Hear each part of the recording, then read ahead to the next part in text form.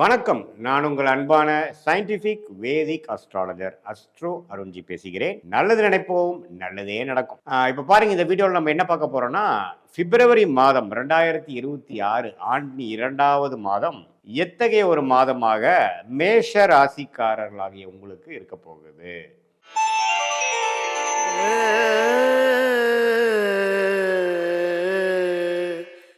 கோச்சார அமைப்பு எப்படி இருக்கு, ராசி அதிபதி எப்படி இருக்கிறார், ஆண்டு கிரகங்கள் எப்படி இருக்கிறது, மாத கிரகங்கள் எப்படி இருக்குது, இதனால எது மாதிரி ஒரு தாக்கத்தை, இது என்னதான் இருந்தாலும் ஒரு பொதுவான பலனா இருந்தாலும் எது மாதிரி ஒரு தாக்கத்தை கொடுக்கும் அப்படிங்கிறத நம்ம கொஞ்சம் சயின்டிஃபிக் வேதிக் அஸ்ட்ராலஜி முறையில், அறிவியல் சார்ந்த முறையில், அந்த ஒளி அமைப்பில் பாவகிரகங்கள், சுபகிரகங்கள், நல்ல தருணத்தை கொடுக்கக்கூடிய சுபகிரகங்களும், ஒரு தகாத ஒரு சிரமமான ஒரு அமைப்பை கொடுக்கக்கூடிய பாவகிரகத்தோட அமைப்புகள் எல்லாமே மேஷராசிக்காரருக்கு கோச்சாரத்தில் டிரான்சிட் அஸ்ட்ராலஜி என்று சொல்லப்படுகிற மாறிக்கொண்டே இருக்கக்கூடிய பிளானட்ஸ், நம்ம பூமியும் சுற்றுது, பிளானட்ஸும் நம்ம பூமியை சுற்றுது, ரெண்டெல்லாம் சேர்ந்து சூரியனை சுற்றுறோம். ஸோ அதெல்லாம் அமைப்பு அந்த கர்மாவின் அடிப்படையில், அந்த ஒளித்தத்துவ அடிப்படையில் நம்மளுடைய வாழ்க்கை சம்பவங்கள் எப்படி ஓப்பன் அப் ஆகுது அப்படிங்கிறத நம்ம மேஷராசிக்காரர்களுக்கு பிப்ரவரி மாதம் எப்படி இருக்கக்கூடிய தாக்கங்கள் இருக்குங்கிறத நம்ம பார்க்க போகிறோம். இப்போ பாருங்க, ஆண்டு கிரகமாகிய குரு 3ஆம் இடத்திலே நீடித்திருக்கிறார். சனி 12ஆம் இடத்திலிருந்து விரய சனியாக நீடித்திருக்கிறார் பிப்ரவரி மாதம் முழுவதும்.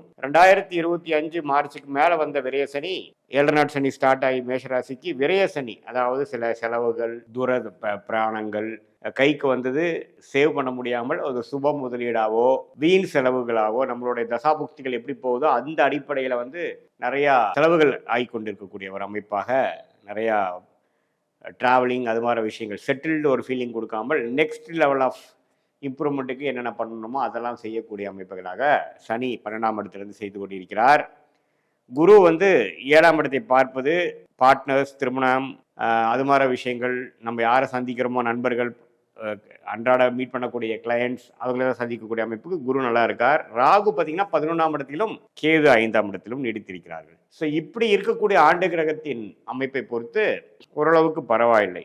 என்னதான் விரயசனி 7 நாட் சனி மேஷராசிக்காரர்களுக்கு ஸ்டார்ட் ஆனாலும் ஓரளவுக்கு குருவின் சஞ்சாரம் நன்றாக இருப்பதனாலையும், ராகு 11ஆம் இடம் லாபஸ்தானத்தில் இருக்கிறனாலையும் ஒரு இடத்துல சில சிரமங்கள் இருந்தாலும் பல இடத்துல நன்மைகள் நடக்கக்கூடிய அமைப்புகள் உண்டு.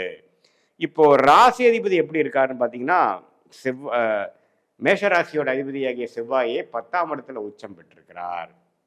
பிப்ரவரி மாதம் ஸ்டார்ட் பண்ணுறப்பவே உச்சம் பெற்று சூரியன், சுக்கிரன், புதன் எல்லாமே பார்த்தீங்கன்னா 10ல் இருக்காங்க. ஸோ மேஷராசிக்காரங்க நிறையா அவங்க செய்யக்கூடிய வேலை, செய்யக்கூடிய தொழில், மாணவர்களாக இருந்தாலும் சரி, அவங்க செய்யக்கூடிய படிப்பு விஷயங்கள், ஹையர் ஸ்டடீஸ் விஷயத்தை எல்லாத்துலேயுமே நம்ம ஃபோக்கஸ்டாக, உத்வேகமாக, கடுமையாக போராடக்கூடிய இருக்கக்கூடிய அமைப்பாக இந்த பிப்ரவரி மாதம் இருக்குது. இதில் பாருங்கள், அப்படியே பிப்ரவரி 13க்கு அப்புறம் சூரியன் 11ஆம் இடத்துக்கு போகிறார். முதல் வார இறுதியிலேயே புதன், சுக்கிரன் எல்லாமே 11ஆம் இடத்துக்கு போகிறாங்க. ஈவன் செவ்வாய் ராசி அதிபதியே 11க்கு ஆண்டின் மாதத்தின் கடைசி வாரத்தில் போகிறாங்க. ஸோ 10ஆம் இடத்திலிருந்து 11ஆம் இடம் மாறக்கூடிய அமைப்பு, 11ஆம் இடத்துக்கு போய் குருவின் பார்வை கிடைக்கக்கூடிய அமைப்பு, என்னதான் ராகுவோட சேர்ந்தாலும் குருவின் பார்வை கிடைக்குது. ஸோ அதனால் நல்லாவே முயற்சிகள் திருவினையாக்கக்கூடிய ஒரு அருமையான தருணமாக இருக்கிறது. மேஷராசிக்காரர்களாகிய நீங்கள் என்னென்ன முயற்சிகள் எடுக்கிறீங்களோ, உங்களுடைய நீங்கள் ஒர்க் பண்ணுற டிபார்ட்மெண்ட்டில் நீங்கள் என்னென்ன துறையில் இருக்கீங்க, அல்லது நீங்கள் ஒரு தொழில் பண்ணுறீங்க, அதில் கொஞ்சம் டெவலப்மெண்ட் ஓரியன்டாக பார்க்குறீங்க, எக்ஸ்பேன்ஷன் பார்க்குறீங்க, கொஞ்சம் டேர்ன் ஓவர் இன்க்ரீஸ் பண்ணுறது, கிளைகள் போடுவது, சில ப்ராடக்ட்ஸ் இன்க்ரீஸ் பண்ணுறது, புதுசாக தொழிலில் இறங்குறது, இது எல்லாமே கொஞ்சம் நல்லாவே வேகமாக எல்லாமே சேர்ந்து நமக்கு அமைஞ்சிருச்சுங்கிற மாதிரி அமைப்புகளை கொடுக்கக்கூடிய அமைப்பு. என்னதான் கொஞ்சம் சிரமங்கள் இருந்தாலும் கடைசி வெற்றி அடையக்கூடிய அமைப்புகள், நம்ம நாளாக எதிர்பார்த்துட்டு இருந்த தருணம் வந்துருச்சு, எல்லாமே கடகடன்னு வேகமாக செய்கிறங்கிற மாதிரி ஒரு நல்ல அமைப்பை கொடுக்கக்கூடிய தருணமாக இருக்குது. சில பேர்த்துக்கெலாம் பார்த்திங்கன்னா கொஞ்சம் சைடு இன்கம் வர்றது, கரெக்டாக அந்த வாய்ப்பு தேடிட்டு இருந்த வாய்ப்பு, அருமையான ஒரு பதவி உயர்வு கிடைக்கிறது, டக்குன்னு வேலை மாறி நல்ல ஜம்ப் ஆகுறது.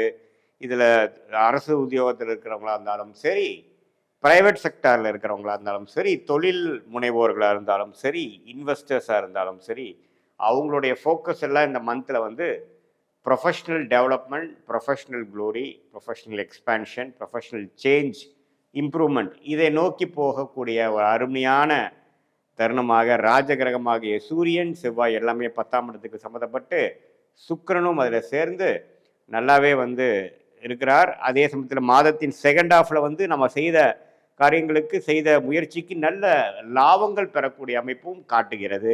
மாதத்தின் செகண்ட் ஆஃப், அதாவது தேர்ட் அண்ட் ஃபோர்த் வீக்கும் நல்லா இருக்கு. ஸோ இதனால் மேஷராசிக்காரர்கள் நீங்கள் எப்படி கடந்த 3 மாதமாக, ஏன் ஆண்டின் முதல் மாதமாகிய ஜனவரி மாதத்தில் சிலதெல்லாம் நீங்கள் ட்ரை பண்ணது, சில கிரவுண்ட் ஒர்க் பண்ணது, அது எல்லாமே நல்லா பிப்ரவரி மாதத்தில் கொஞ்சம் நடக்கக்கூடிய அமைப்புகள் இருக்குது. அடுத்த வரக்கூடிய காலகட்டமாகிய March, April, May, rest of the மந்த்துக்கு வேணுங்கிற சில விஷயங்கள் செய்யக்கூடிய விஷயத்துக்கு அடிப்படையான ஃபவுண்டேஷன் விஷயங்களை செய்து முடிக்கக்கூடிய, செய்து அமைச்சிக்கக்கூடிய ஒரு அருமையான தருணமாக மேஷராசிக்காரர்களுக்கு 2026 பிப்ரவரி மாதம் இருக்குதுங்க. ஸோ இதை ராசி அதிபதி வலுத்திருக்கிறனாலையும் ராசி அதிபதி 10ஆம் இடத்துல இருக்கிறனாலையும் கொஞ்சம் பார்த்துக்கணும். என்ன செவ்வாயே ராசியை பார்க்கறனால கொஞ்சம் மன அழுத்தங்கள் அதிகமாக இருக்கும். கொஞ்சம் அப்பப்போ நீங்கள் ரிலாக்ஸ் பண்ணவும் தெரிஞ்சுக்கணும்.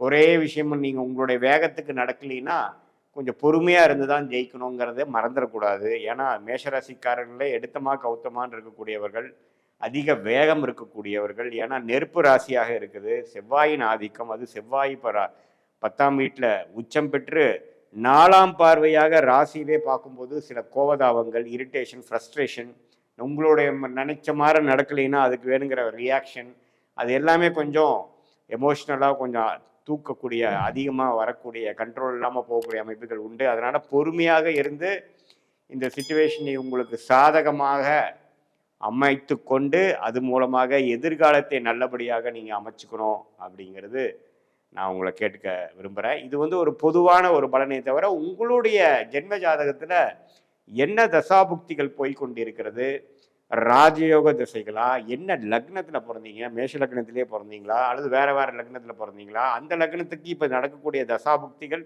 எது மாதிரி ஆதிபத்தியத்தை கொடுக்கக்கூடிய அமைப்பு, அந்த கிரகங்கள் உங்கள் ஜாதகத்தில் எப்படி இருக்குது அப்படிங்கிறதெல்லாம் பார்க்கும் பொழுது இன்னுமே துல்லியமாக நம்ம சொன்ன இந்த பிப்ரவரி மாத பொது பலனையும் மிக்ஸ் பண்ணி பார்க்கும் பொழுது எந்த நேரத்தில் எது நடக்கும், எவ்வளோ வேகமாக நடக்கும், எவ்வளோ டிலேவோட நடக்கும், எப்படி நடக்குங்கிற மாதிரி விஷயங்கள்லாம் நம்ம தெரிந்து அது மூலமாக நம்ம வாழ்க்கையில் எடுக்கக்கூடிய முடிவுகள் எடுக்கலாம். அதுக்கு பிறந்த தேதி, பிறந்த நேரம், பிறந்த தேதி மட்டும் நீங்கள் அனுப்பிச்சிங்கன்னா அதில் நம்மளுடைய ஆரோஸ்கோப், உங்கள் ஆரோஸ்கோப் போட்டு நம்மளுடைய கன்சல்டேஷன் அப்போது இந்த சொன்ன கோச்சாரமும் இந்த உங்களுடைய தசாபுக்திகள் ஜென்ம ஜாதகத்தில் வரக்கூடிய தசாபுக்திகளையும் மிக்ஸ் பண்ணி சேர்த்து வைத்து பார்க்கும் பொழுது அடுத்த வரக்கூடிய ஷார்ட் டேர்ம் 3 to 4 months எப்படி இருக்குது, அடுத்த வரக்கூடிய மீடியம் டேர்ம் என்று சொல்லப்படுகிற 8 மாதத்திலிருந்து 1 வருடம் எப்படி இருக்குது, அடுத்து வரக்கூடிய லாங் டேர்ம் ஒரு 2 to 3 years அல்லது 5 years 10 years வரைக்கும் பேட்டர்ன் எப்படி போகுது, எது மாதிரி ட்ரெண்டு போகுது, எந்த டைமில் நமக்கு ஒரு நல்ல பிரேக் கிடைக்கும்,